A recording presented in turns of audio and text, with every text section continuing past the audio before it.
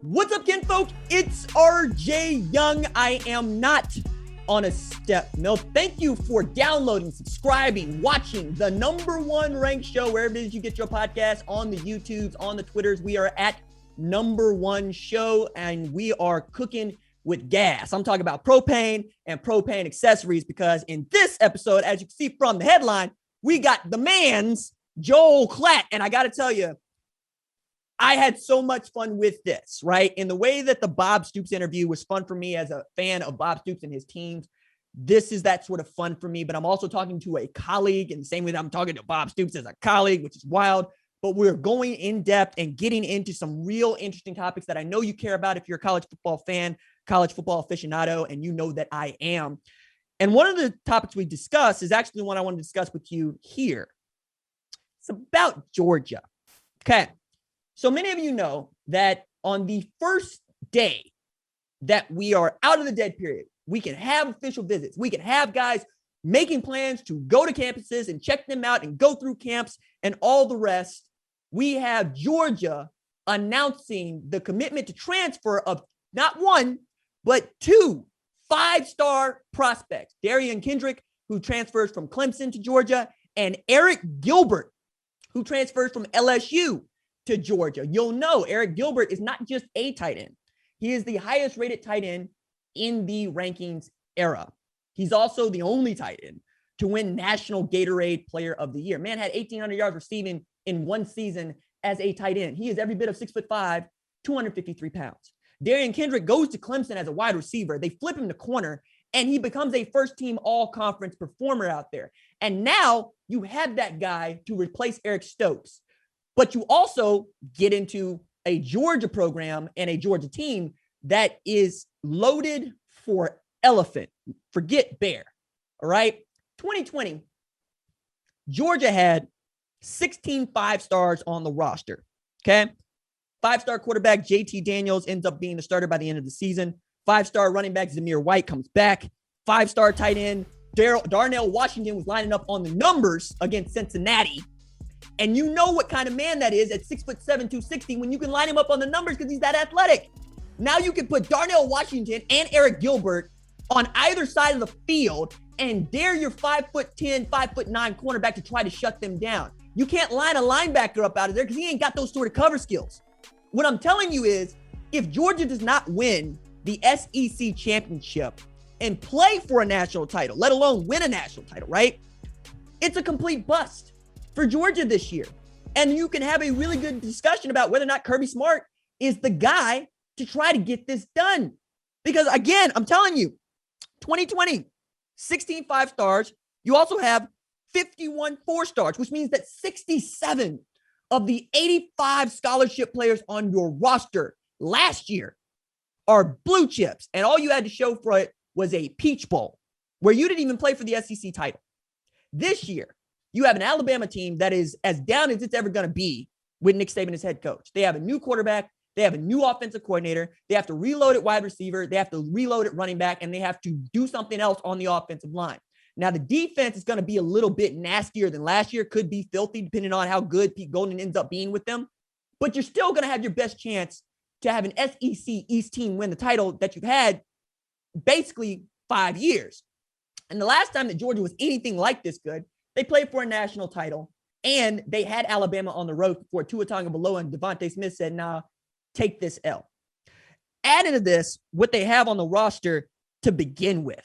So you can go Keely Ringo, who was one of my favorite 5-stars in 2020, who looks like an outside linebacker playing corner on one side. You have Nyland Green on the other side. You can have Nolan Smith as your edge guy, Jalen Carter as your dominant nose.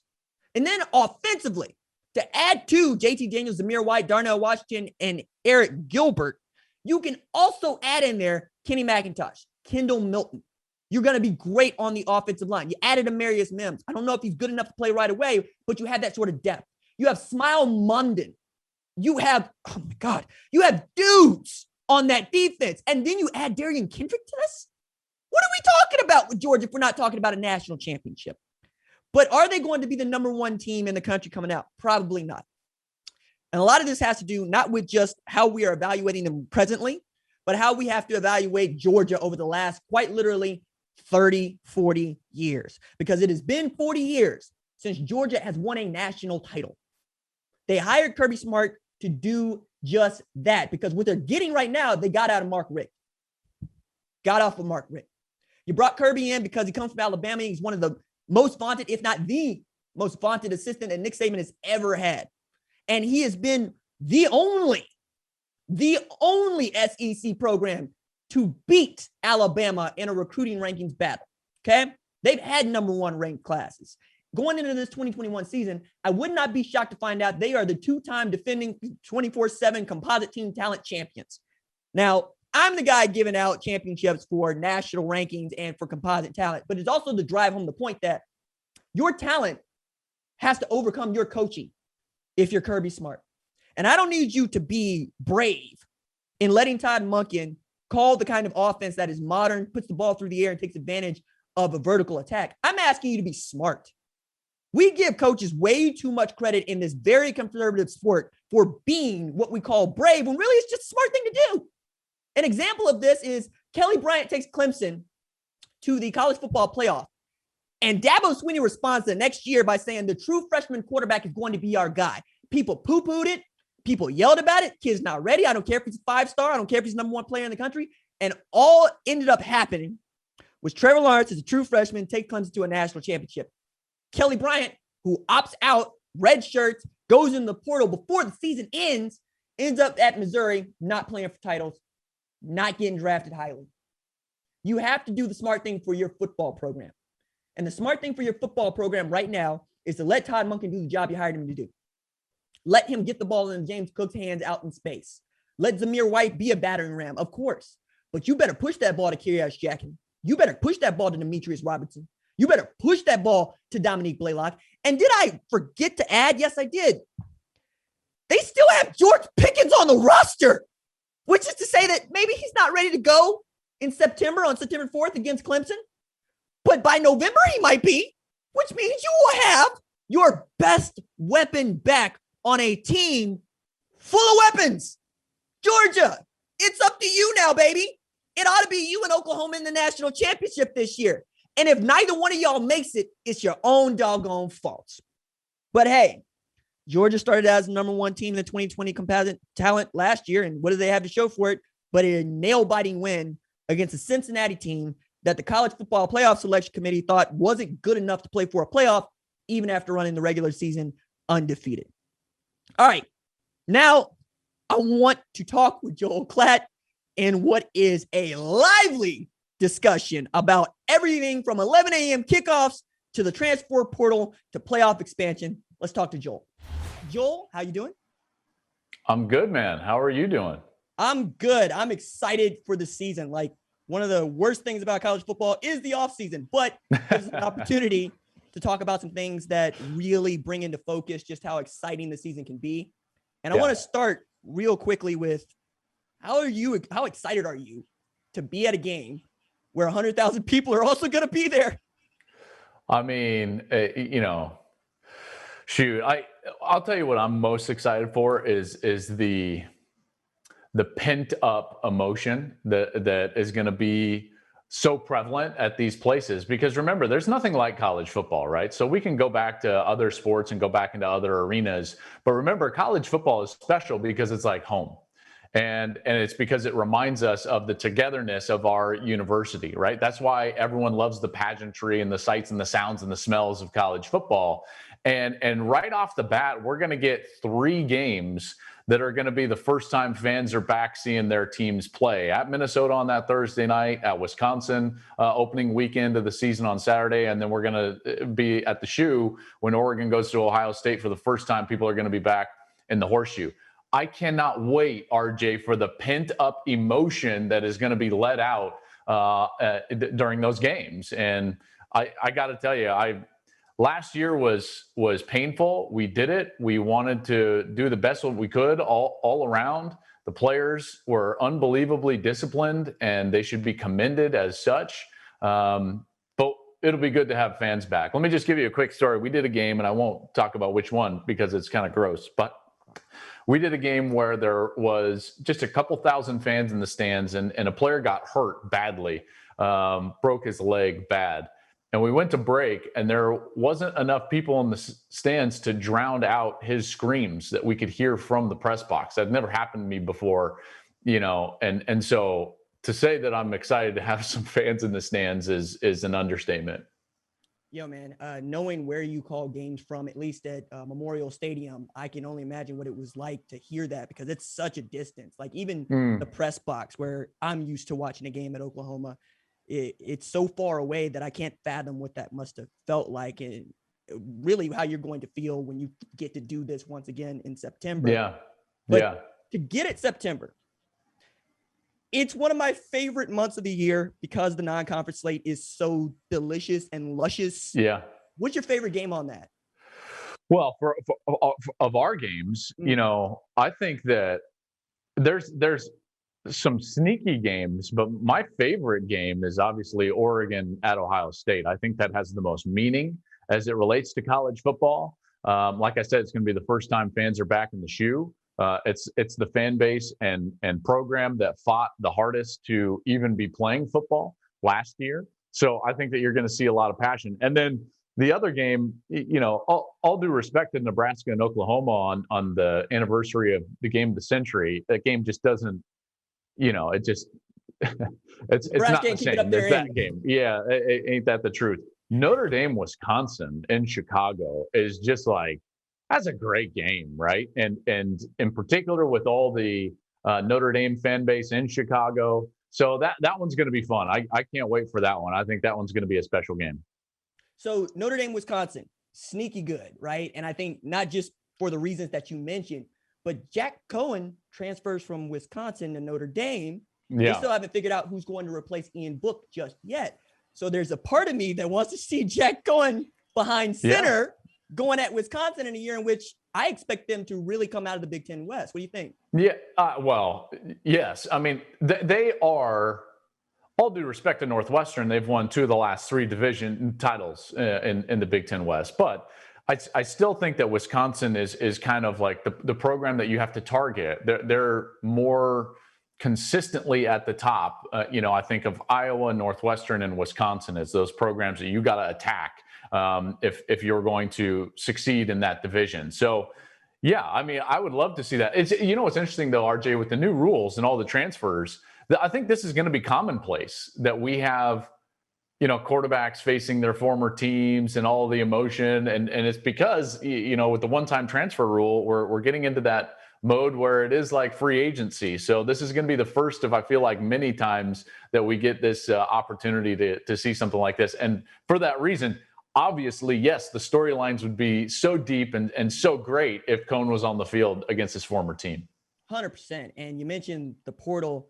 I believe we're up to nearly 4,700 kids. Yep. That have entered, and not nearly that many scholarships for them to go get. The portal's a disaster, right? Everyone's like, "Oh, this is great. This is all well and good." Do you know how many kids are going to throw away free education to go into the portal and never get that free education back?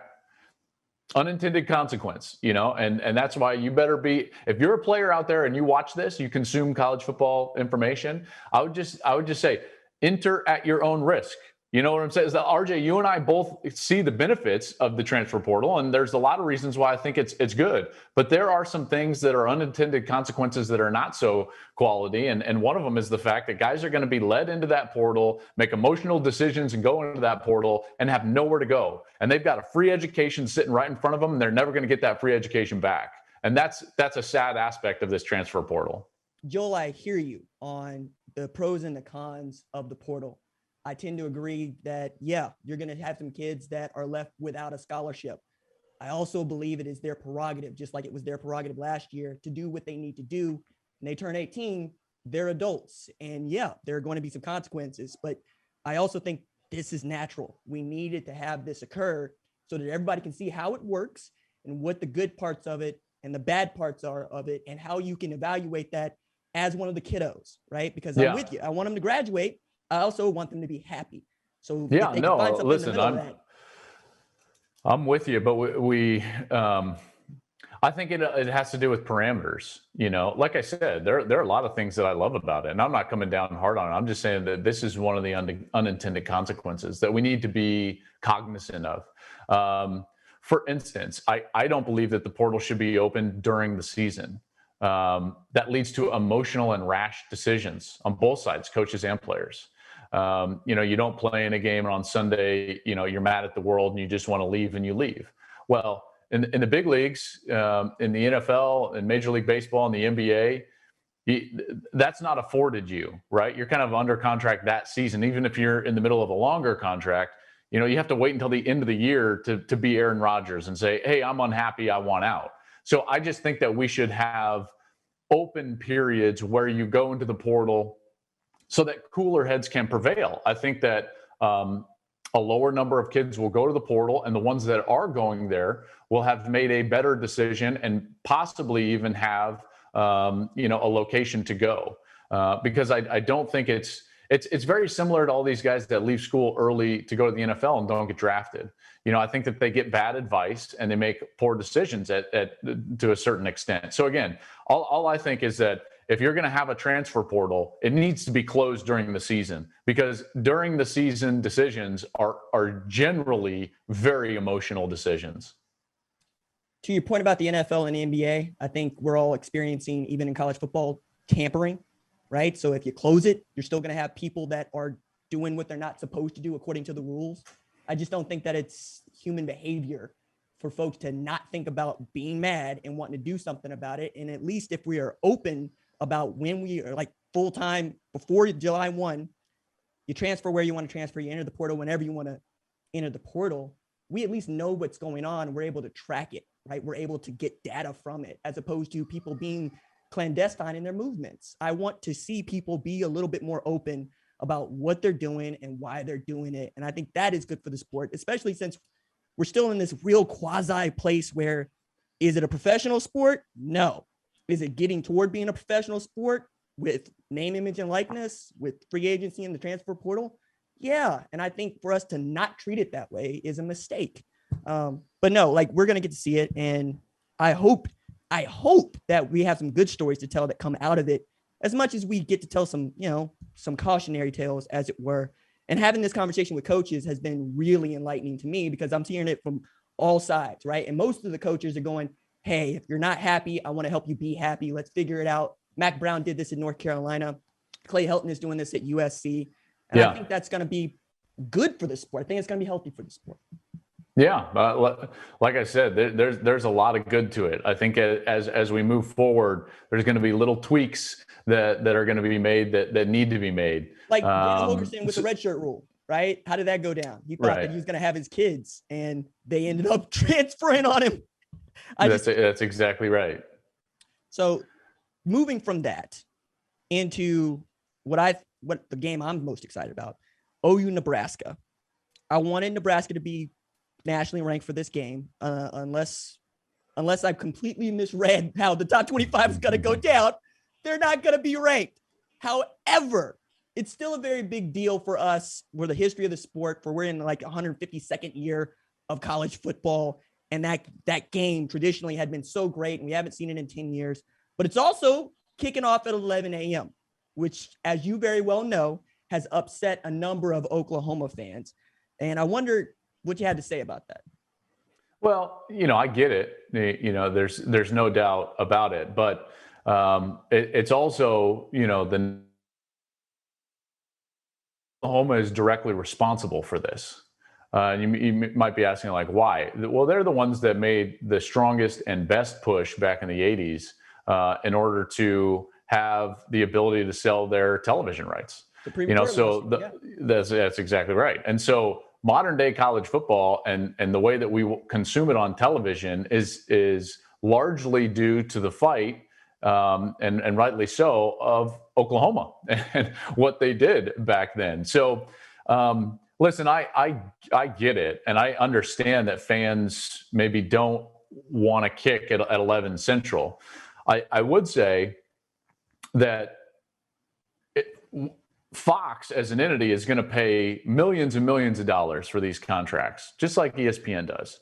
And in order to pay those millions and millions of dollars, you've got to have a plan in order to recoup that so that you can continue to pay those millions and millions of dollars. And Fox's strategy has been in the last few years to showcase that kick time, not hide that kick time, but showcase that. That is where all of our resources go, right? That's where our studio show is going to go from site. That's where the bulk of our viewership comes from. And that's where, we're trying to showcase our best games at that time. So it's certainly not a knock for it to be kicked at that time, even though I know that they don't like it. But this notion that teams should be allowed to choose their own kick times, I think, is quite annoying, to be honest with you, because that's what they sold. They have a service, they have these games, and that was sold and to the highest bidder. And we're going to purchase those and try to showcase them the best way that we possibly can. Like I said, I get it. I totally understand. And to a large extent, I feel for the fan base that at Oklahoma, because they feel like they've been put behind the eight ball. I would also suggest, though, that, that time slot also has had some benefit over the last couple of years, because what we've seen is if you can showcase yourself on our biggest stage, what you will get is amazing run and exposure the rest of the day in every single game and halftime show and pregame show, regardless of network, throughout the day in college football. So when you're showcasing yourself, whether it's for individual awards or in this day and age of very subjective rankings at the end, and you need some of those points, if you will, you're going to get that exposure by playing at that time. But listen, I get it, and I feel for you, and at the same time, we're trying to showcase that game. That is our best game of the day. Red River is played at that time. Ohio State, Michigan is kicked at that time every single year. And to some extent, you just have to say, well, that's the bed that is made via these television contracts.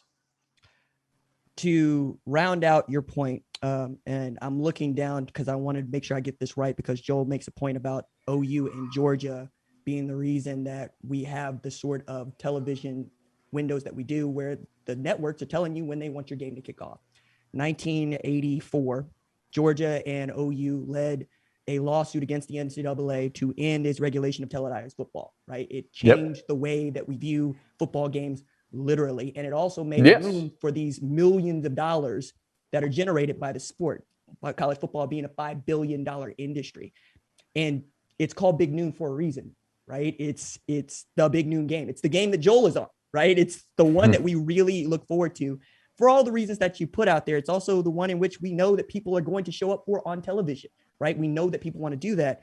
As a dude that comes up, an Oklahoma fan, living in Tulsa, Oklahoma, loving the Sooners, I hear it, and I hear it over and over again. It's really people that go into the games feel as if they have to get up at the crack of dawn to get to the game on time, to fill that stadium, to make a good television product. And you're not going to be able to make those folks happy, especially when you have millions of people watching around the country as opposed to 84,000 inside the stadium. And I think it's an interesting discussion, but I hear everybody's side. I also see that the contract says they get to tell you when they want your game to kick off on these particular games, and that's the way the rules are written. I want to ask you about this. The Pac-12 has not had a representative in the college football playoff since 2016. It's Washington, right? Most people, you and I know Jake Browning was the head quarterback of that team, right? But not a whole lot of other people know, because they got skull dragged by Alabama. And I remember it because Lane Kiffin got fired for essentially calling plays they didn't practice, and they still won it. It's a national championship game. They still won the game. Then they had to go and Sark was the coordinator for the national championship. It was a mess. Man, it was a mess. But to that point, I'm going to give you twofold, right? And we're going to wrap this all into one big question. Will the Pac-12 get a team into the playoff this year? And if they do, who gets left out? Gosh. Well, you just have to play the odds in that, right? So these are not going to be, and I understand everyone's going to try to hold me to definitive statements, but They do it to me too. Yeah, and these are not definitive statements. If I had to bet my own money, I would say no, a Pac-12 team would not get in if it was just, black or red, right? Like you just have to say yes or no and lay a bet. I would say no. If they do, which they could very well do. Listen, they've got a good, strong non-conference slate. If Oregon goes into the shoe and beats Ohio State, watch out. Then here we go. This is what everyone in the Pac-12 footprint doesn't understand. They feel like, well, no one talks about us and East Coast bias. Win a big game and we'll talk about it. Like that's as simple as get beat down by Auburn. That's exactly right. And they had that game. They could have won that game, RJ. Beat down by Iowa State. That's exactly right. That's exactly right. And I listen, and I talk with these coaches, and I understand the inherent issues in scheduling that they have to deal with that maybe other conferences don't. I totally understand that. I'm not here to just say be the old man shouting at the clouds and just say stop complaining, because there are things that they can do structurally to help them in this conversation. There's no doubt. Now, having said that, in this season, those structural changes will not happen, right? So what can they do to potentially go to the playoff? Win the big non-conference games. That is as plain and simple as I can possibly put it, because it's very similar. Remember what Tiger Woods always used to say? It's like winning takes care of everything. That's this exact same conversation you can have in college football. RJ, if Oregon were to win a big non-conference game, if USC were to win a big non-conference game, if Stanford were to win a big non-conference game, then you're going to get a huge wave of exposure, as well as all of us talking about that conference and what's going on during the course of their league schedule. So can it happen? Absolutely. There's no doubt. Would I bet that it does happen? No. If they were to get in, I think that the conference that would get left out, I believe the way that the schedule is structured would be the Big Ten, because I think that the Pac-12 would get that foothold based on Oregon beating Ohio State if they do.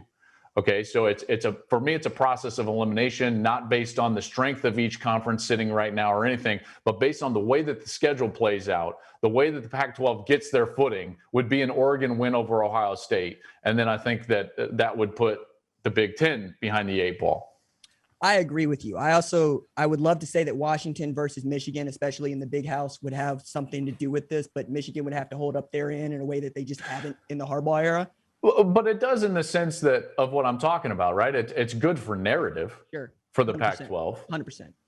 And to the point about being left out, I look at 2018, right? Ohio State's a good football team. They get ran over by an actual train called Purdue, and they don't get into the playoff, right? Oklahoma gets that spot, having won its conference championship and having looked like the better team according to this room full of suits called a playoff committee that's going to tell us who they think is good. And we don't need to do that. We agree on the playoff expanding, and that's enough for me. It's true.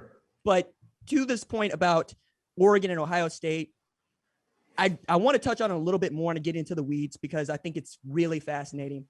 Anthony Brown, I think, is in a 6th year and probably starts at quarterback for Oregon. We'll see. I know Ty Thompson is the dude over there, but they're really good on defense. We both love Kayvon Thibodeau, Noah Sewell. Man, Justin Flo, I can't wait to see him play. But on the other side, you have this Lamborghini. No, let me go back to this another way. You have a Red Bull F1 racing car. You have a Mercedes, right? You have the best car in the game, right? In Ohio State. You just got to make sure you put Lewis Hamilton behind the wheel, and you don't know what you got in CJ Stroud, Kyle McCord, and Jack Miller, because none of those guys are throwing a college football pass, even though they're really talented. Where's the X's and O's battle for you here? Well, that's a great question. I think that Oregon's best chance is if Kayvon Thibodeau is a game wrecker, right? Like that's the way that you take. Ohio State offensively, RJ, is too deep at every single position. Like this offense is loaded really good on the offensive line. I believe that they're really good in the backfield as well, even without Trey Sermon. They've got a young guy that I'm very excited about. Their wide receiver group, I think, is the best in the country right now, and in particular after all these Alabama guys have cycled through. So currently, you've got as good of a wide receiver core as any in the country. They've got great tight ends. So it's just about the quarterback. Well, I think that the easiest way to disrupt Ohio State offensively is to make a young quarterback look over his shoulder, and you do that with Thibodeau, right? Like he is phenomenal. I think he's probably going to be the first pick in the draft next spring. He's that good, and so if he plays really well, Oregon's going to have a great chance.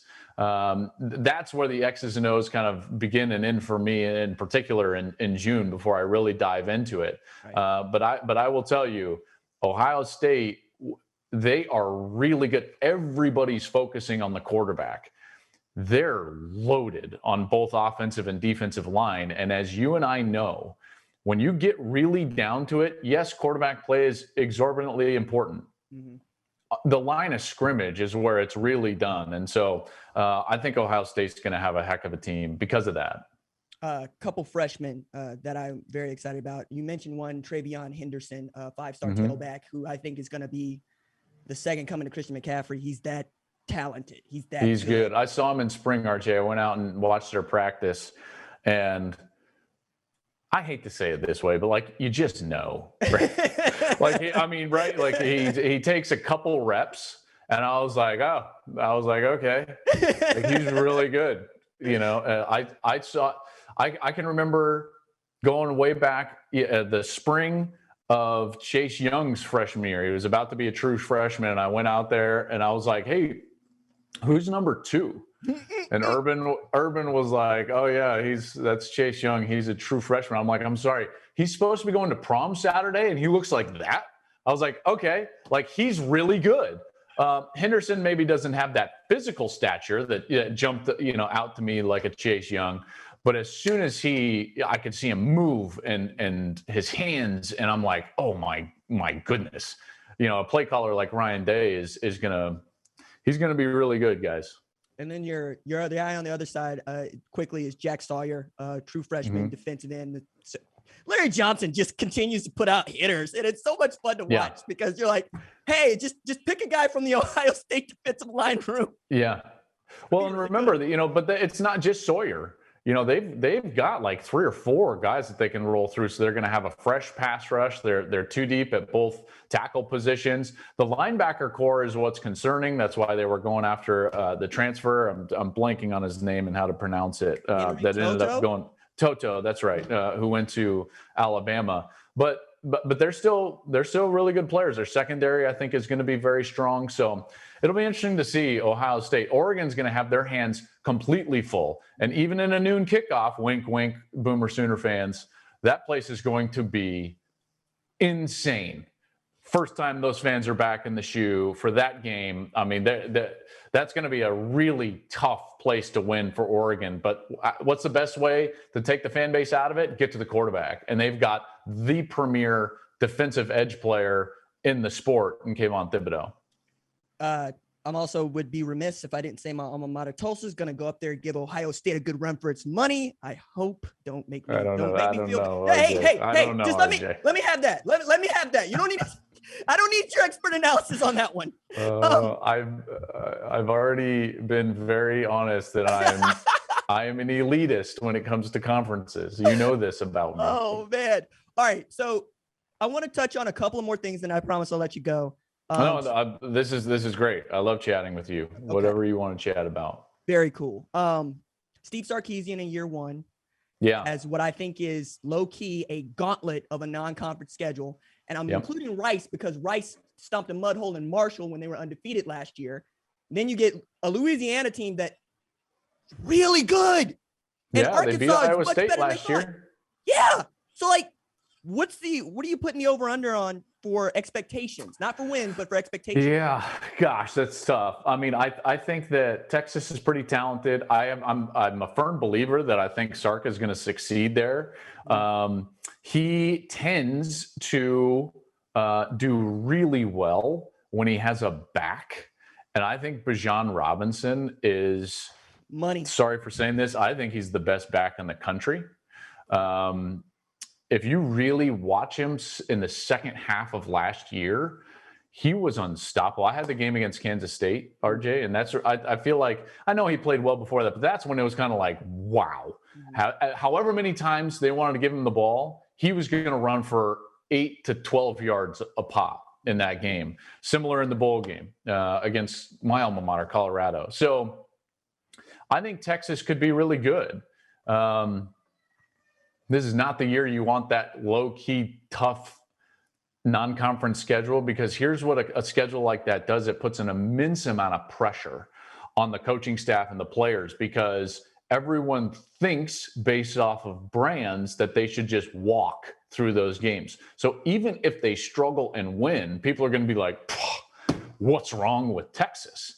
When you and I know that, like, those are actually like decently tough games, in particular for a guy in his first year. But they've got a great staff. They're recruiting very well. They're very talented. It's not like Tom left the cupboard bare. You know, they've recruited very well. They just didn't get a lot out of their, I would say, their overall talent base. If you look at their overall talent base, it was, I believe, in the top 4 in the country last year. Georgia was the top talent base in the country, and they were in the top 4. That's still there. So Steve's going to have the ability to succeed. And I think a lot of it early in the season is going to be finding the ways to have Bijan Robinson be the best player on the field. You can't hide him anymore, right? He's not a true freshman like he was early last year, any of that. Like, once he's the best player on the field, so showcase him in that way. Joel, you all know, is a very astute observer of college football, and I've been hearing from other assistants going, no, we just don't want any part of that kid. Like, get it in Casey Thompson or Hudson Card's hands, and we're going to be happy. We just don't want him to get 25 touches. If he gets 25 touches, they're going to win 10 games. If he could stay healthy and touch the ball 25 times a game, he's that good. RJ, he is the best player on the field, right? Like, he's a phenomenal player. If he touches it 25 times, it's going to be really tough for the opposing team to beat him. And if he stays healthy, that's a difficult conversation, right? Like, can you touch it 25 times and stay healthy at that age? I'm not sure. And Steve's going to have to navigate those waters. That's the way I don't know if you feel the same way, but if he's touching it 25 times, watch out. You're going to force me to play outstanding defense in a league that does not have a moniker for playing outstanding defense. That's exactly right. Right. Full stop. Like, I got to be able to wrap up and tackle. And that kind of leads me into where I want to go next, right? Because I could talk about Jake Smith and Jordan Whittington and Bijan Robinson till I get blue in the face. But the 6-time reigning Big 12 champion is Oklahoma. Yep. And this is a and year rightly in which so. I've been saying for 2 years, this is the year for Oklahoma to chase a national championship, right? Yep. I'm going to give you this question, and then please take it wherever you want to go. Who should be the preseason number 1 team in the country? If you really are taking each season as its own season, and you're trying to throw out everything that happens before, then Oklahoma should be the number 1 team in the country. Based on what they bring back. Now, that's not how we're going to do this. Alabama has earned the right to be the number 1 team in the country because they're the best program in the country right now. And they have not shown that they're going to give up that spot all that lightly. So I believe that Alabama, I'm going to probably put them number 1. And then right behind that, you know, to be honest, all due respect to Clemson and their great run through this, last few years. Of the top 5-6 teams in the country, the 2 teams that kind of return a known commodity at quarterback are Georgia and Oklahoma. And those teams are loaded with talent. They're balanced. And so to me, that's kind of the 2-3 race right there. And I think that Spencer is more proven even than our guy at Georgia, Daniels, who transferred from USC. As good as Daniels is, and Spencer's, I just think, a better player. And he learned such a valuable lesson in Red River last year. He thought he was going to go out there and gunsling it around and put up numbers regardless of what the system was. And Lincoln Riley said, hey, come take a seat next to me during the biggest game of their year. And that was humbling to him. I'm fully expecting, as I'm calling that game, him to come out the next series or the next series. And he sat him for like a multiple series in that game. That was such a huge wake-up call. He played so much better after that benching than he did prior. And it wasn't just experience, it was mentality. Okay. He allowed the system to be great and played great within it versus trying to be great regardless of what was called and what was going on in the system. Because of that lesson, the improvement on defense, what they have coming back, OU has a better chance this season to win the national championship than they have since 2008. Oh, wow. Okay. All right. I was going to say 2017 because I always thought that they should have never lost to Georgia, and they were the matchup for Alabama in that year. But yeah, but remember, they're trying to do that. Listen, yeah, that they had the matchup and everything. They were trying to do that with what would have been almost a historically bad defense to win the national championship. Very true. Right. True. And not that, just remember now, it's only happened a couple of times since 1998, since the start of the BCS, that we've seen a team not have a top 25 defense win the national championship. It's only happened, I think, 3 times, and one of them might have been in the last couple of years. I believe it was LSU a couple of years ago that didn't statistically have a top 25 defense, although they were close. OU in 17 wasn't close. So they were trying to do something that was legitimately unprecedented, whereas now I believe they have a defense like that and potentially an offense that could rival, although not quite to the explosiveness of that 17 offense. No, you make a very good point, because I think the other team that we talk about outside of the top 25 had Cam Newton at quarterback, who that's exactly right. It was Cam's team. Best player of all time to play college football. And that's another discussion. I understand I just lobbed a bomb in that direction. You can pick it up if you want. No, but RJ, I had to play. Well, listen, I was on the field twice against Vince, 3 times against Vince Young. Once his junior or his second to last year in 2004, and then we had to play him twice in 2005. Who's the lucky SOB that had to play Texas twice that year? This guy. Well, hey, look, not too shabby NFL Rookie of the Year and one of the great Texas high school football players of all time, and that dude. So, yes, he's right there. I want to pick this up from that conversation about Georgia and Oklahoma, because the monologue to start this, I talked about Georgia, this being the year. Like, if you don't get it done this year, there's a really good case for Kirby Smart just ain't going to get it done. I mean, seriously, especially after what they just picked up. That was my my entire take on Tom Herman in Texas last year. I don't know if you remember that, but I was like, listen, you're the one with the returning quarterback and all the returning starters and the top 4 team in the composite rankings. OU is replacing their quarterback. It's the first time that we've seen they had all those running backs down. They, all this stuff. And I was like, if you're not going to beat OU and win the league this year, then maybe it's not going to happen. And I feel very similar with Georgia. If Georgia doesn't topple Alabama this year and win the SEC and represent in that mode, it's kind of like, okay, like, well, are we on the right track? Are we, I think that the only feather in Kirby's hat is that he's basically done it before, right? He has gotten to that mountaintop, and he had Alabama dead to rights, but he just couldn't get it done in that overtime, even with, what was it, like 2nd and 25. But you're right, like they've got the returning quarterback. Alabama has lost so much. Now their defense is going to be good. Alabama's defense is going to be a nasty, maybe a throwback Bama team that's not scoring 1 million points after a year in which their offense was historically good with Mac Jones.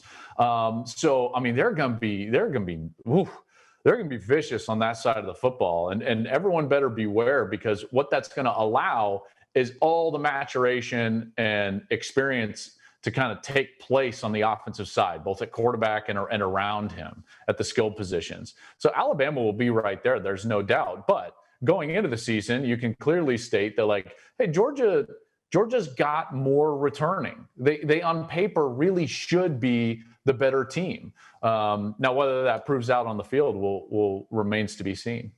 Dude, no, I'm with you, because it feels like Kirby Smart has had basically 3 opportunities to win a national championship, and 2 of them went away when Justin Fields transfers to Ohio State. And I have to keep saying that was all his fault. Look, you chose Jake Fromm over Justin Fields, and I will never let you forget it. I will never let that happen. And that's in addition to having Alabama dead to rights in a national championship game to win Georgia's first title since like 1981 or whatever. And I bring it up in that way because we used to say a word around this team in South Carolina, and the word was Clemson, right? They don't get that anymore.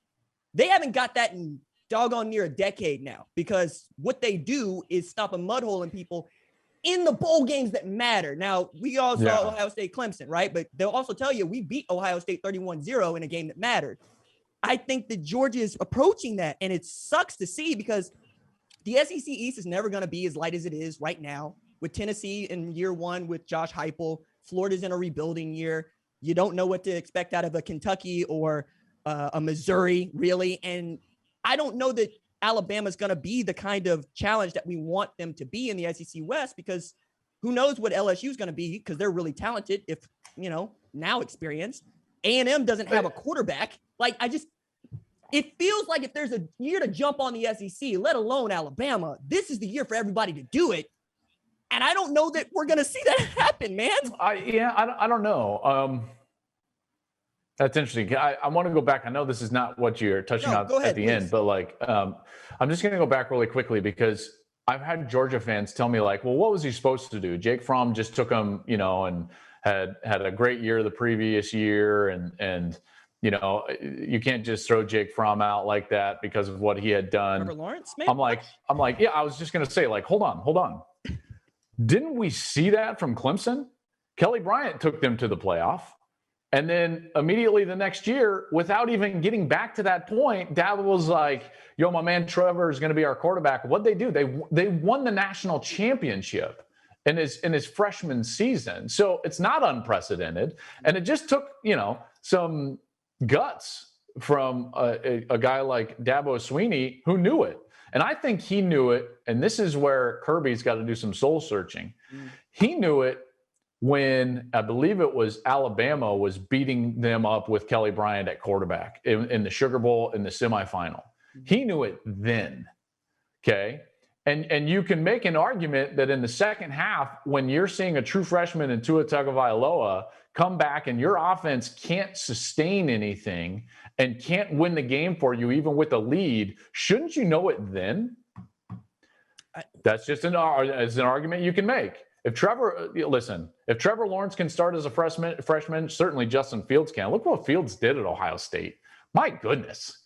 Guy is a baller. It's difficult to say this without it landing the way that it's going to land, but I'm going to say it anyway. We applaud coaches for being brave in positions where I don't think they're being brave. They're just being smart. Right? If you are willing, and I'm throwing this at Kirby Smart. Trevor Lawrence is better than Kelly Bryant. So It's does that take guts, or is it just open your eyes? 100%, right? And you, Nick Saban did this. He even spoke about it. You can't play murder ball anymore. You have to be able to outscore other people. And then he said, fine, that's what you guys want to do. I'll recruit players to do that. And I'll hire assistants that can run those sorts of offenses. And they put up 50 a game last year. I look at Georgia and I say, let Todd Monken do what he did at Cleveland. Let him do what he did at Oklahoma State. They're going to be okay. Don't be brave. Be smart. Goodness me. That is Joel Klatt, lead college football analyst for Fox Sports. This is fun. I love this. This is so much fun. I so appreciate you taking the time here. Is there anything that you wanted to get out that we didn't get to? Not really. I think what's exciting for college football, and this goes to, and we could probably do a whole podcast, and maybe we should, on the playoff expansion and the implications of that. Yeah. But I think that this year, at least in the preseason, in the first few weeks, you're going to see a glimpse of what college football could be if we expanded the importance of the playoff and the size of the playoff so that more teams could taste it and define success for themselves. And you might be asking, what are you talking about? I'm talking about that we're going to see Iowa State and North Carolina probably in the preseason top 10. And that's great for the sport, right? Granted, yes, the top 5 and 6 are going to be the exact same players. And are the Final Four playoff team is going to come from those 6 teams? Probably, right? You know, if I'm going to have to bet money on it, but like, it's just a glimpse, okay? And if we can come to the table smartly and think of the greater benefit to the sport rather than the benefit just of our own silos in terms of our programs and conferences, and we can expand that out and just expand our lens out, what we'll see is if we expand the importance of the sport to more teams, you'll have more stories like this. You'll start to see Wisconsin in there. You'll start to see Northwestern with a chance. You'll actually see a Pac-12 team, Pac-12 team with a chance. And you'll see more stories like this, because I think Iowa State's going to be really, really good. I can't wait. We on paper, I don't know if I should say this or not, but I'll probably be in Norman that weekend. Hey, my man. We'll see. We'll see. Although the fan base will be all upset. I got to talk to Joe, RJ. Look. If winning takes care of everything, then you attribute that to Tiger Woods. They're undefeated by the time they play Iowa State. Then nobody's going to care. And another point, they got to get past the vaunted juggernaut that is Kansas State before they can actually have this conversation out loud. Yeah, I said it. That's twice in a row. Oh, dude. Twice in a row. You know, but like last year was crazy because they were so much better than that Kansas State team and just folded. I'd never seen an Oklahoma team melt in the what was it, like the last quarter and a half, would you say? Yo, man, I would say we saw that once before, but God, I want to say it was Iowa State in 2017. Because it felt like because John Haycock said, no, we're going to drop everybody, we're going to tackle. That's all we're going to do. We're going to drop everybody, we're going to tackle. And it frustrated the hell out of Baker. The only problem with that is like they could do it. Yes, right. 100%. But hey, man, I'm looking forward to it. I can't wait for this year. I think it's going to be a great season. I really do. And I think that college football is headed in a direction where change will occur that makes the sport in general better. We are desperate for more change to the sport that makes the sport in general better, and not just specific conferences or specific programs. No, I'm with that, man. I mean, you know that because I'm the person saying Central Florida won a national championship in 2017, right? Oh, that's crazy. That's craziness. Hey, you run the table undefeated. You can't tell me I wouldn't won a national championship. Put me up against Alabama. Let me get my brains kicked in, and then tell me that I'm not any good. Like that's. Oh man. That's what I believe. That's what I want. That's what I believe. Did you not enjoy Coastal Carolina last year? Come on. I did. Yeah. Were you not entertained? Are they that's why in my playoff model, like we'd be giving the top group of 5 team an automatic bid. I think probably 12 is the right number. I think 12 is the right number. Are you saying 6 automatic qualifiers? Yes. Okay. I think if you got a conference and you play for a conference championship, you deserve to have an automatic qualifier, and there are 10 of those. No. Okay. No. So you don't think I mean, not unless they're the best group of 5 team. Ooh. I mean, I'll give you a group of 5 team. I'll give you that, but you're not getting the Sun Belt and a Mountain West and a Conference USA and a AAC. That's not happening. 55% of FBS players play in those conferences. Yeah, and they weren't good enough to play at higher level conferences. I mean, come on, man. I don't want to tell a kid that he's not good enough to play for a national championship. But I'm telling them that he is. I'm telling them that he is. You know, again, I think that the group of 5 should be represented. There's no doubt in my mind, and I think that would be great for the group of 5. I just don't want to give all 10 of them automatic bids. I think that would water everything down.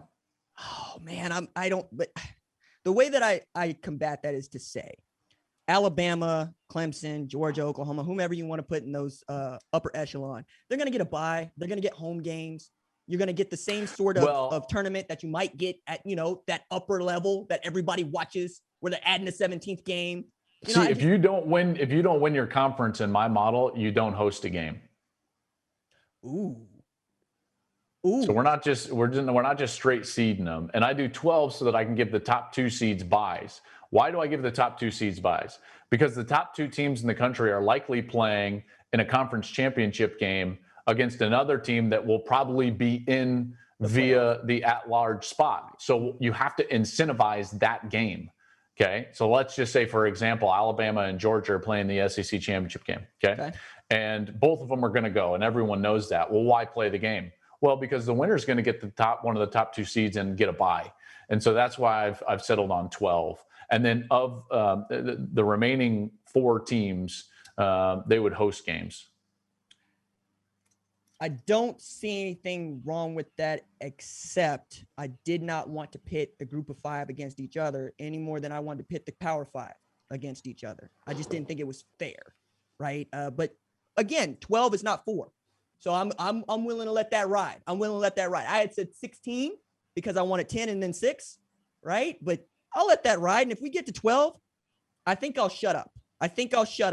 Right? Because that would be enough for me to say that no one would shut up, right? Like, well, okay, sure, but I'm the person with the microphone right now. It's true. You know, and what if I wore a T-shirt to your watch party that said "Expand the playoff, you cowards." You said 12. That's expanding the playoff. All right, that would be enough for me. Joel, thank you so much for this, man. This is so much fun. Man. I do want to have you back. Perhaps it is to discuss your playoff model in a little bit more depth if you're up to it. And I can't wait to see you in the booth next to Gus calling games. It's one of my favorite things. I know we all look forward to it. Thank you so much. I can't wait. Have a good one, man. Good to see you. What a wild and awesome conversation with Joel Klatt. As he said, we're both very passionate about the sport. We both are steeped in the sport. We care intensely about the kids. We care intensely about the program, and we want to grow the sport. Even if we come at it from different directions, we come at it with great intentions. And I really love discussing those things with him because, I mean, Joel knows as much as I do. I know as much as Joel does about these topics, and yet we still come at it from a different angle and a different life philosophy. And we end up in a space that is, I'm given something else to think about. I'm really grateful to him to do that. And I do really want to have him back on to talk about his college football playoff expansion model. And I need to put mine down to paper to see what the holes in it and maybe go through those things with him as well. So that's a lot of fun. But one of the things you also know that I love to do on the number one ranked show and just in general is talk recruiting, right? And there's still one outstanding 5-star who has not committed to play for a program yet. And that is JT Tuimoloau.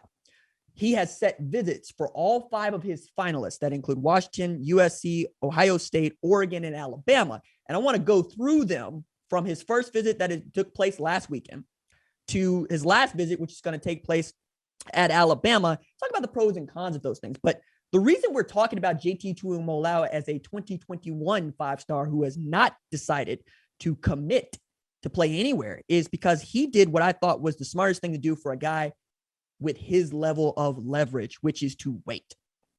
And in being allowed to wait, he eschewed signing a national letter of intent. What that means is he can't sign a national letter of intent, but that's not such a bad thing. A national letter of intent binds the person to the school for the period of 1 year. Okay. You have to ask out of your national letter of intent, get a release, and then go to the transfer portal if you want to do something else. If you decide to miss that deadline and not sign a national letter of intent, which means you didn't commit in the early signing period or at signing day in February, you can still sign what is called a financial aid agreement.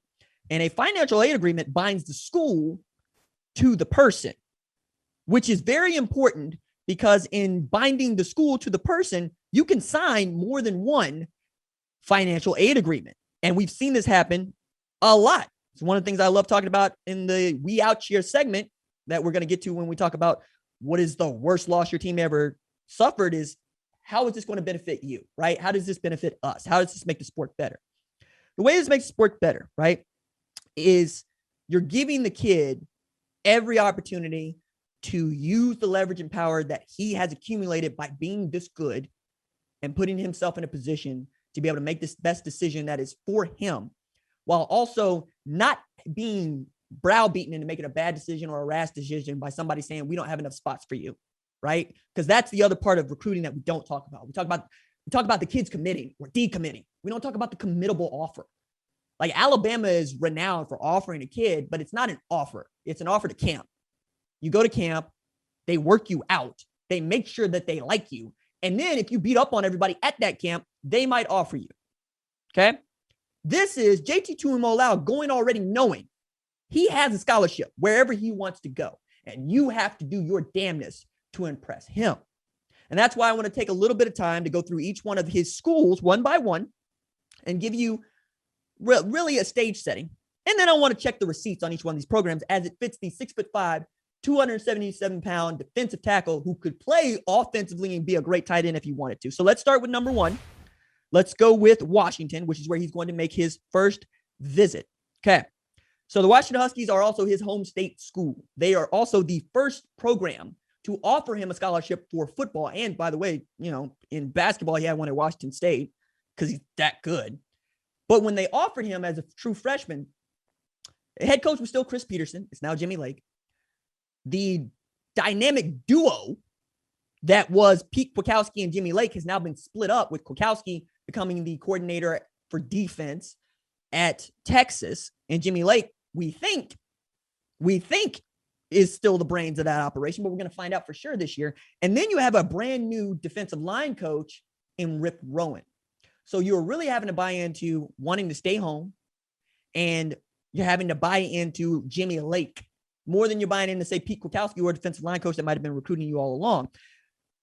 It's also really interesting for me because Washington has a really good pedigree for putting players into the NFL, right? A couple years ago, they were so good defensively that they were nicknamed Death Row, like Suge Knight.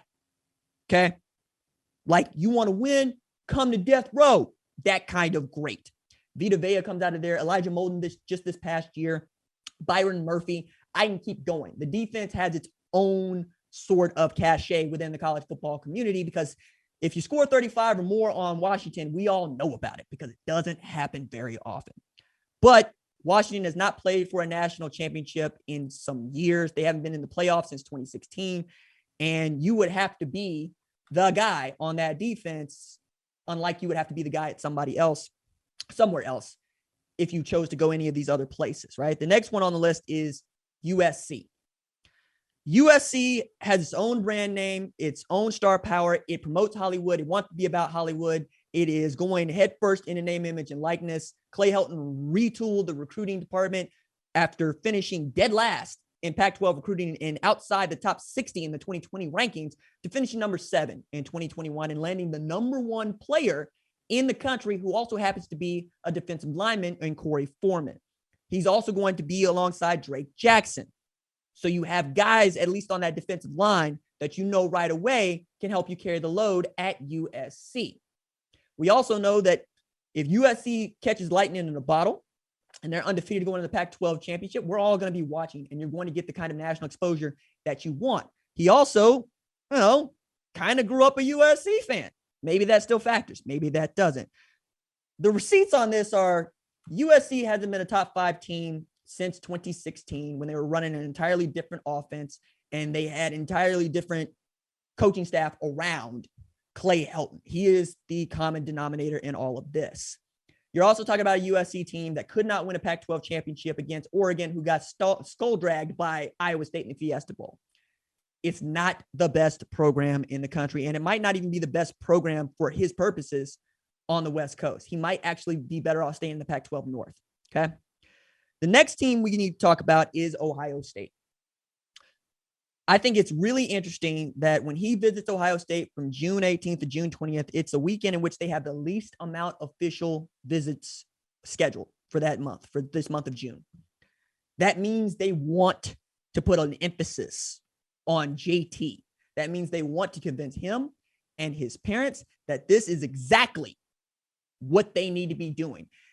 And it's really difficult to say that Ohio State doesn't have receipts. As a matter of fact, I would say it's impossible to say because they played for a national championship just last year. They're consistently in the hunt for national championships. They run the Big Ten conference, and Larry Johnson Sr.'s defensive line group continues not just to put out studs, but first rounders. I mean, just think about the last 5 years. Nick Bosa, Joey Bosa, and then we can talk about Chase Young. They just landed Jack Sawyer, You know you're going to have help. Zach Harrison is still over there. Jonathan Cooper was a stud last year. I think he's going to be great. Tommy Togiai was a stud last year. You have Haskell Garrett, who might be the best DI in the country. And then offensively, you know that that's an F1 car over there, right? That is a Mercedes-Benz. You just got to make sure you put Lewis Hamilton in the seat in the form of a CJ Stroud, Kyle McCord, or Jack Miller. You know what it is over there. And I think there's a reason why the crystal balls are all pointing to Ohio State presently. Okay. Next team we got to talk about is Oregon. Oregon is in a better spot than Washington, a better spot than USC, but it's not in a better spot than Ohio State, because the last time that Oregon played for a national championship, Chip Kelly was a head coach. Okay. Marcus Mariota was quarterback. They didn't win it. You also have to think about it from the standpoint of their offense is not going to be the offense that Ohio State's is, and might not even be the offense that USC's is, even if it's better than the one that Washington runs out there, perhaps with a true freshman 5-star in Sam Heward. I also look at it this way. JT Tuimoloau on one side and Kayvon Thibodeau on the other, going against Ohio State at Columbus in September. Here for it, okay? Because the strength of Oregon is going to be the defense. You have Noah Sewell returning. Justin Flowe's going to be a monster. Dante Manning's going to hold it down along with Mykael Wright. Like, you have guys on that defense, and I trust Joe Moorhead to get it figured out with Anthony Brown or Ty Thompson at quarterback and have them in a position where they can take advantage of what the defense is going to give them. But again, you're going to have to be one of the guys on that defense that turns up. It's going to be Kayvon's team, but you're going to have to be as good as Noah Sewell. You're going to have to be as good as Dante Manning. You're going to have to be as good as Justin Flowe for that team to be great. And being great means beating Ohio State in this non-conference game, and then we pay attention to the Pac-12. The last team we need to talk about is the one in which I think I'm putting my money on if I'm not putting on Ohio State, and that's Alabama. It's the last visit. He took a visit there a couple of years ago. It's the first time he's been able to get back, and you cannot argue with the receipts from Alabama. With Freddie Roach in that defensive line, they've been awesome. Christian Barmore was great last year, but Phil Mathis is going to be awesome this year. You have Christian Harris at linebacker. You're adding Henry to O. He's a monster. You are able to put Josh Jobe over there and maybe JaQuincy McKinstry at the cornerback spots, Jordan Battle at safety. Like, oh my gosh, you got Brian Branch and Malachi Moore playing in those star positions, those safety positions. You can legitimately be awesome at Alabama. You also know that we're always going to give Alabama kids the benefit of the doubt because of how great they have been in the Nick Saban era, right? You could probably be the first player to win a Heisman Trophy as a defensive lineman at Alabama in a way that you can't be, I should say defensive lineman to win a Heisman Trophy at Alabama in the way that we thought you could be at Ohio State, right? With Chase Young. Like, I thought he was the best player in the country in 2019. Y'all keep telling me Joe Burrow, and I keep saying Joe Burrow can't do what Chase Young does. He can't do it. None of us could do it. And the NFL is bearing that out. So if I have to put my money on something today, it's hard for me not to pick Ohio State, but after that, it's got to be Alabama. But nobody cares who finishes second in a recruiting sweepstakes. All these spots are good places for JT Tuimoloau because JT Tuimoloau is good, period. And I think we're going to learn a lot from how he has gone through this process. And I think we're going to see more 5-star players of his caliber continue to wait it out, even in a non-pandemic year, and sign financial aid agreements like Demetrius Robertson did before he went to Georgia. And then we'll figure out more about how to usher in what I think many of you are calling free agency in college football. I say there's no free agency until we get a CBA and a union rep, but I'm also the only person that wants to really see the sport become something like professional. All right. I want to do the We Out Here segment. That is where I ask you, the fans of the number one ranked show, a question, and you did not disappoint once again. The question was, what's the worst loss your team has ever taken? And I made some criteria for this, right? Because I think when we rank things and we try to list things, we need to have a criteria for how we're considering this. So for it to be a worst loss, you have to consider how good the team is in the AP rankings at the time, the stakes when the loss occurred, bonus points if it occurred during a national championship game, 2003 Oklahoma, what's up? How big the spread was at the time is also a factor for me. So we pulled a few of the best replies that we got to this question, and producer Catherine, aka producer Cat, aka SEC Catherine, What we got? All right. I got the first one for you. Yes, ma'am. It's from at J. Dave Brinkley. Okay. And he says 1978 Orange Bowl. OU lost to Arkansas 31-6. If the Sooners win, they're national champs. So many rumors surrounded that game. No, that's a legitimately good game to pick as an Oklahoma fan, though, as many of you will know, and many of you can say, we got a lot of bad losses, but this one isn't particularly important to me because it's got a twist at the end. All right. So in 1977, Oklahoma was ranked number 2 in the country headed into the Orange Bowl 1978. With the win against their opponent, Arkansas, the Sooners would have won their 3rd national title in 5 years. All right. I'm telling you, in the 1970s, Switchers OU was cooking with gas, talking about propane and propane accessories. All right. But Arkansas, OU's opponent in the Orange Bowl, knew a little bit of something about cooking teams over charcoal because they were really ascending up the rankings. Lou Holtz's Hogs that year started out unranked. Then they went in on their all hell, here comes Arkansas bent when they beat up New Mexico State, then smacked number 15 Oklahoma State, mopped up Texas Christian with hot sauce, all before their only regular season loss came to, I'm going to quote Arkansas fight writer Luke Davis here when he says, those belt-buckled fops from Austin.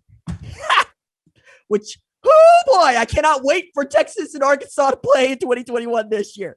But the Hogs finished the 77 season 10-1 with a 26-20 thumping of their hated rival Texas A&M, who was ranked number 11 at the time. So they have a number 6 ranking going into the Orange Bowl. But again, it's the Orange Bowl, and, well, them Hogs was about to be broken in half by the wishbone. You let people tell it back then. The Sooners had run up one side and down the other, number 4 Ohio State, twisted 16th ranked Cyclones like a hair full of locks, like the ones on my head, smashed the Cornhuskers like corn liquor, 38-7 in Norman. So they feeling themselves. They're feeling pretty good about this. They're also a 21-point favorite going into the Orange Bowl. They think they're going to, cook up some bacon, call it a hog, serve it up with some grips, get a national title.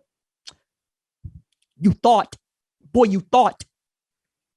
Man, I read the box score. I read some game stories. Arkansas jumped on Oklahoma like its name was Job. Okay, just beat them like they stole something. 31-6, as my man Dave points out, or 31-10, I think it was. Anyway, any hope of claiming a national championship went out the window with that loss. And Arkansas, having started out unranked, would have had to go undefeated for anybody to give them claim to a national championship, right? So they come up short because of Texas. And Texas. All right, so Texas fans going to love to hear me say this. Texas was the only team that year to beat both Oklahoma and Arkansas that season, and did it in back-to-back weeks, beating Oklahoma and Texas, back-to-back weeks. They're undefeated going into the Cotton Bowl against Notre Dame, where the winner effectively wins a national championship, okay? They proceed to lose their perfect season and get skull-dragged by the Fighting Irish of Notre Dame in the Cotton Bowl, 38-10. Notre Dame had one loss that year, and it was to Ole Miss in the SIP. So they claimed the 1977 national championship. So that is 3 of the worst losses for OU, Texas, and Arkansas in the same doggone year. I really love that. All right, Produce Cat, what we got next? Okay, up next, from at JP Hayes 21. So many to choose from. Texas versus OU 2003. Yeesh. Texas versus Miami 1991. Texas versus Kansas 2016. Okay, so the Texas versus Kansas one to 2016 is pretty awesome because Kansas ain't got no business beating that Texas team. Pick any one of those 3 Miami teams to beat Oklahoma, and you will find an Oklahoma fan that will fight you. Because I think through 1985 to 1988, Oklahoma lost 3 games. 1 to Miami on the road, 1 to Miami at home, 1 to Miami in the Orange Bowl. Okay, so you can pick any one of those Jimmy Johnson teams to beat the hell out of Oklahoma. But the reason I want to point out the 91 Cotton Bowl is because it's so much fun. All right, it's the best game we don't ever talk about enough because Texas and Miami going into this game, and Texas has a shot with some things breaking their way in the Cotton Bowl to claim a national championship. But I'm about to tell you a story about how they got skull dragged 46-3 by Miami in Cotton Bowl. All right. So check it. Texas is 10-1, playing a national title against a Miami team that's 9-2 in the Cotton Bowl. Before the game, UT offensive tackle Stan Thomas claims that he's going to take Russell Maryland's Outland Trophy from him. Russell Maryland's defensive lineman at Miami. Thomas also called Miami players typical gangsters. I hope the first play lasts 5 minutes because I'm going to hit everybody. Like they ain't hear you. Like Miami ain't have dudes like Randall Hill, who basically said, I don't think that anybody can stop me doing anything I want to do. Okay. You had dudes on that Miami team that were afraid to tell their teammates that they like to study. Okay. Anyway, Robert Bailey, who played corner for the Canes, heard Thomas talking his noise. And he said on the first play of the game, he's going to knock a UT player out. When I tell you that man kept his word, on the kickoff, he went down the field and knocked the returner smooth out. Like the trainers had to come get that man. All right. That precedes what is going to be an epic display of the Canes racking up penalties. At one point, I found a picture of 1st and 40 for Miami for some of the antics that they pulled in the unnecessary roughness penalties and the pass interference penalties and the holding penalties, right? Like they did not care. They rack up something like 200 yards of penalties and still managed to beat Texas 46-3. Also, shocker for me, Mike Francesca's on television calling this game somehow.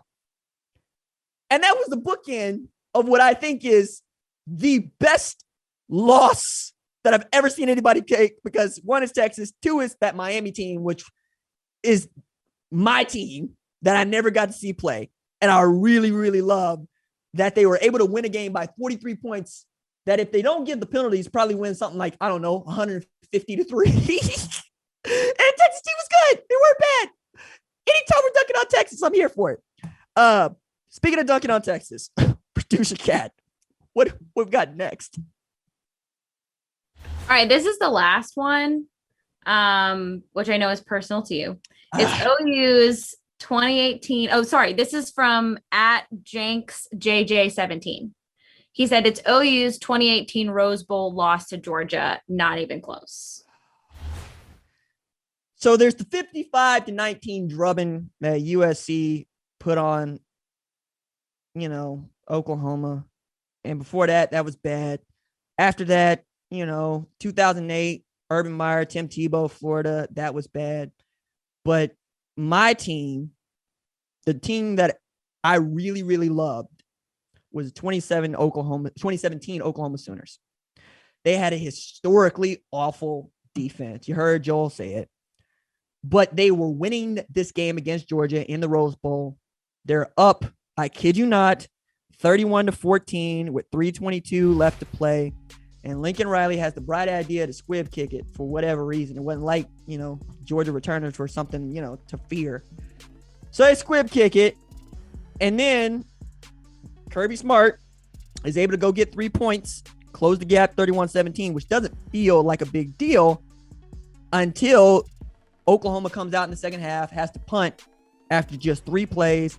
And then Georgia takes one play, Nick Chubb going 50 yards in one direction, and now the score is 31-24. Mind you, it's 31-14, like with 3 minutes left to go in the first half, and now all of a sudden it's 31-24 with like 11:30 left to go in the third.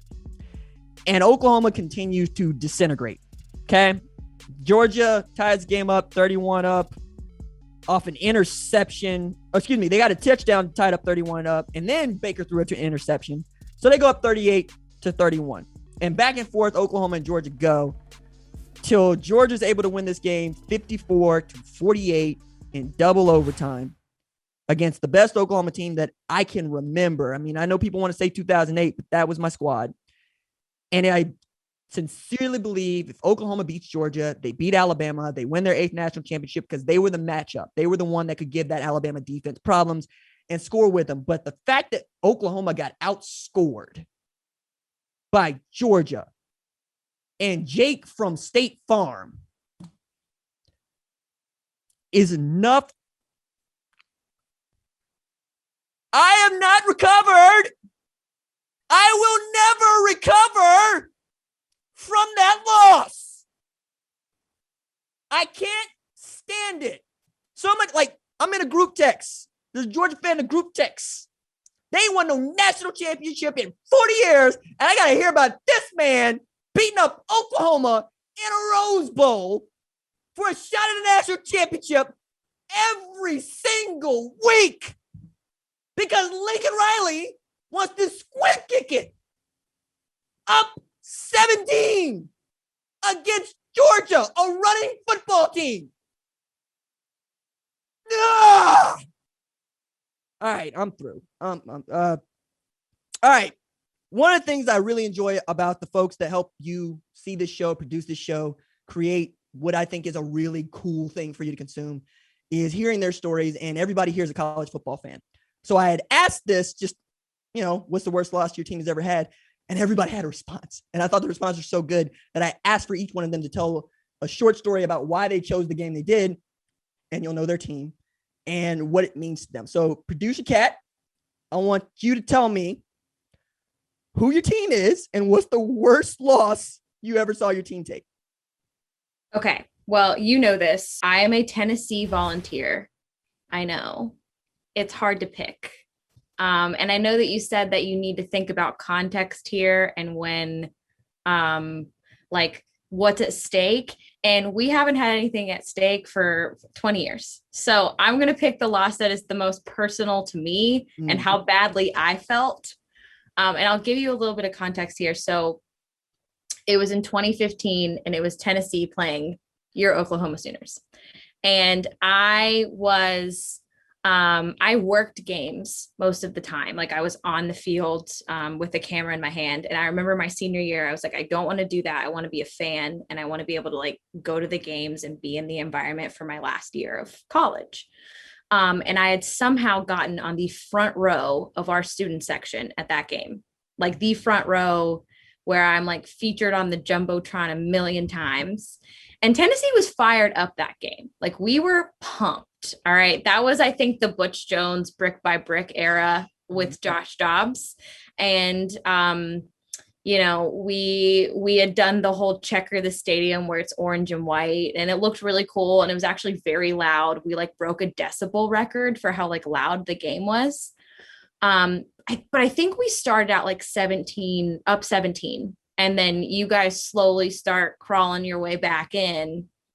And I just remember it goes to overtime. And this is Baker Mayfield. Baker Mayfield's playing for you guys. We have Josh Dobbs. And the game ended after going back and forth with Josh Dobbs throwing an interception. That's how the game ended for us. And it was absolutely heartbreaking. And I just remember being in the stands, so incredibly sad. And I'm pretty sure since I was on the front row, I think I don't think I know, I was on TV just in complete disbelief. And my friends sent me screenshots of the TV with sad me in the stands, just completely heartbroken, at a loss for words, just cannot believe this happened. Because as a Tennessee fan, that happens all the time. You think we have it and then we do something so completely idiotic or just self-destructive where we blow it. We have blown so many leads that this is just one of the many. I remember I texted you when you told us you were going to ask this question. It's where do I begin? Honestly, that one was tough. There was another one that just very briefly, we were playing Georgia because you mentioned Georgia earlier. And that rule, that really dumb rule that I hate, where if you fumble the ball and it goes into the end zone, it's a touchback. Yes. We lost a game in overtime to Georgia on that. I remember this. Pig Howard stretched his body as far as a body can stretch. Okay. And it's one of the coolest pictures I've ever seen, but I don't look at it because it's so utterly heartbreaking. But he stretched his body as far as it could go. He fumbles the ball in the end zone.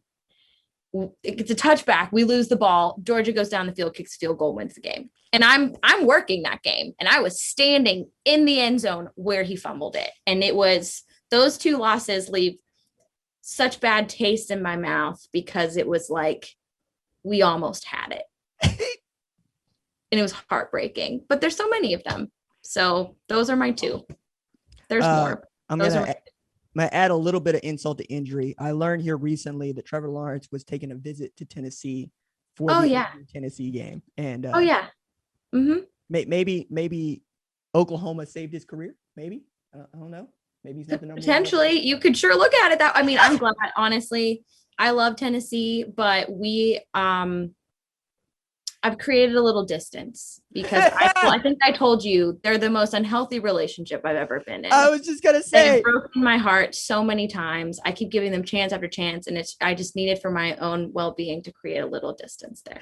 It's a toxic boyfriend. It's a drug that you have to rehabilitate yourself from. I love this. Sure is. Sure. All right. So I want to introduce y'all to our social manager, social maven, Javion Duncan, who runs the accounts that you so love. The number one ranked show, does a tremendous job and is here always turning out content for the show. But you could see my man has on a South Carolina Gamecocks jersey. And there's a little bit more to that as he tells the story about the worst loss that he ever saw his team take. Javion, what you got?